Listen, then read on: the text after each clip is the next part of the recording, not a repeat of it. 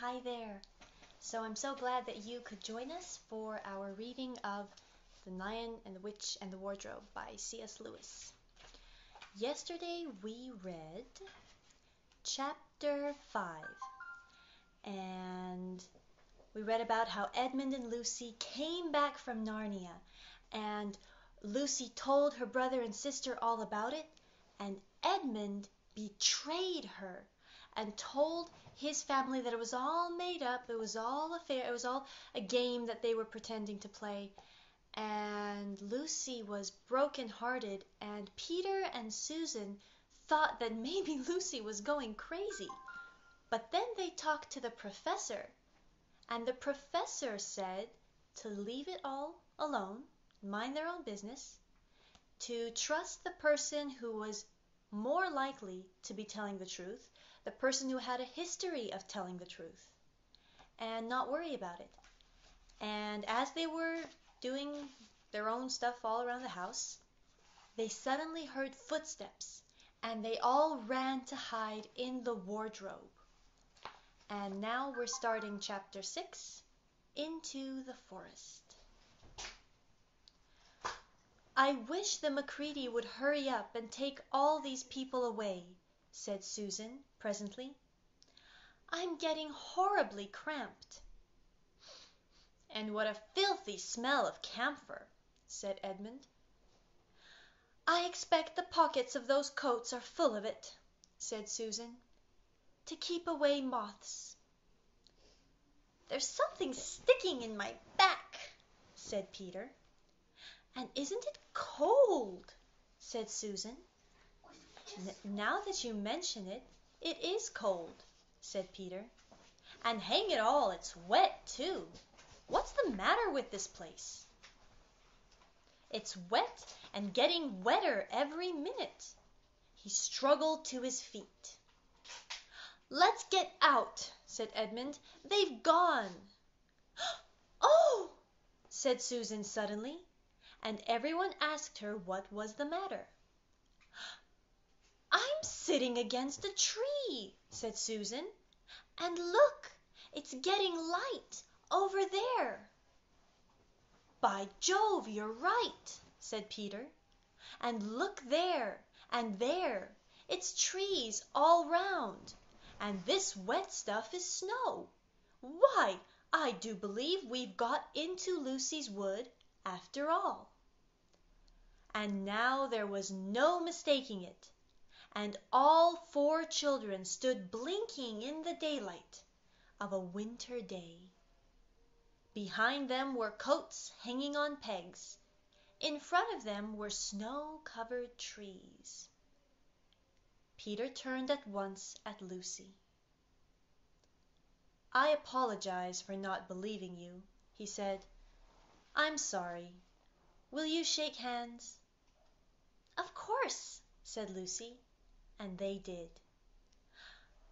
"And now," said Susan, "what do we do next?" "Do?" said Peter. "Why, go and explore the wood, of course." "Ugh!" said Susan, stamping her feet. "It's pretty cold. What about putting on some of those coats?" "They're not ours," said Peter, doubtfully. "I'm sure nobody would mind," said Susan. "It isn't as if we wanted to take them out of the house. We shan't even take them out of the wardrobe." "I never thought of that, Sue," said Peter. "Of course. Now you put it that way, I see. No one could say you had bagged a coat as long as you leave it in the wardrobe where you found it. And I suppose this whole country is in the wardrobe."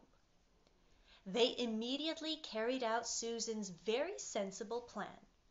The coats were rather too big for them, so that they came down to their heels and looked more like royal robes than coats when they had put them on. But they all felt a good deal warmer, and each thought the others looked better in their new get-ups and more suitable to the landscape. "We can pretend we're Arctic explorers," said Lucy. "This is going to be exciting enough without pretending," said Peter, as he began leading the way forward into the forest. There were heavy, darkish clouds overhead, and it looked as if there might be more snow before night. "I say," said Edmund presently, "oughtn't we to be heading a bit more to the left? That is, if we're aiming for the lamp-post." He had forgotten for the moment that he must pretend never to have been in the wood before. The moment the words were out of his mouth, he realized he had given himself away. Peter whistled. "So you really were here," he said.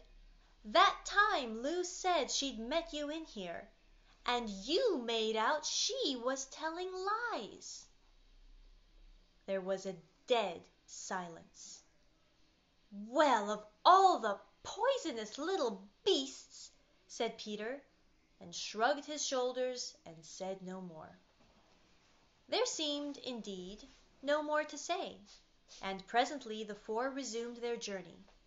But Edmund was saying to himself, "I'll pay you all out for this, you pack of stuck-up, self-satisfied pigs."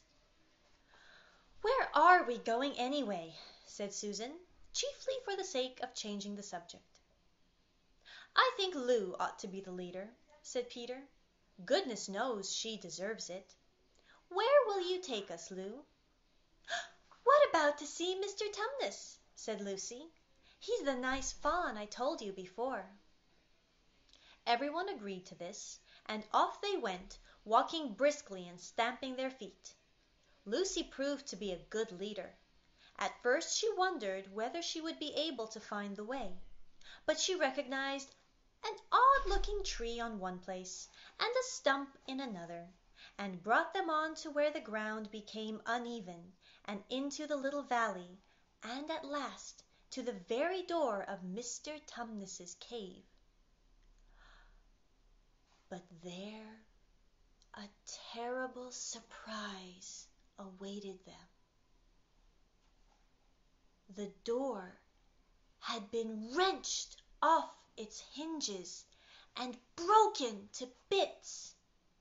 Inside, the cave was dark and cold, and had the damp feel and smell of a place that had not been lived in for several days. Snow had drifted in from the doorway and was heaped on the floor, mixed with something black, which turned out to be the charred sticks and ashes from the fire. Someone had apparently flung it about the room and then stamped it out. The crockery lay smashed on the floor, and the picture of the fawn's father had been slashed into shreds with a knife. "Well, this is a pretty good washout," said Edmund. "Not much good coming here." "What is this?" said Peter, stooping down. He had just noticed a piece of paper which had been nailed through the carpet to the floor. "Is there anything written on it?" asked Susan. "Yes, I think there is," answered Peter, "but I can't read it in this light. Let's go out into the open air."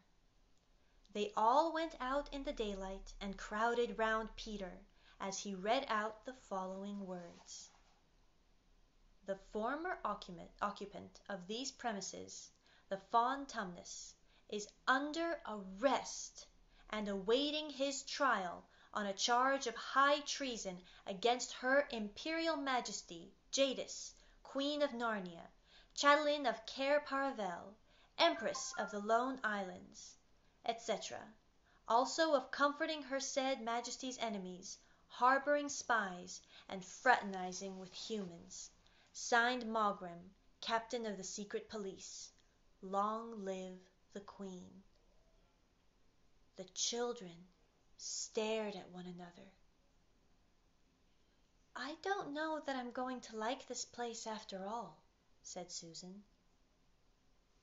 "Who is this Queen, Lou?" said Peter. "Do you know anything about her?" "She isn't a real queen at all," answered Lucy. "She's a horrible witch, the White Witch.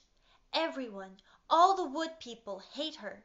She has made an enchantment over the whole country, so that it is always winter here and never Christmas."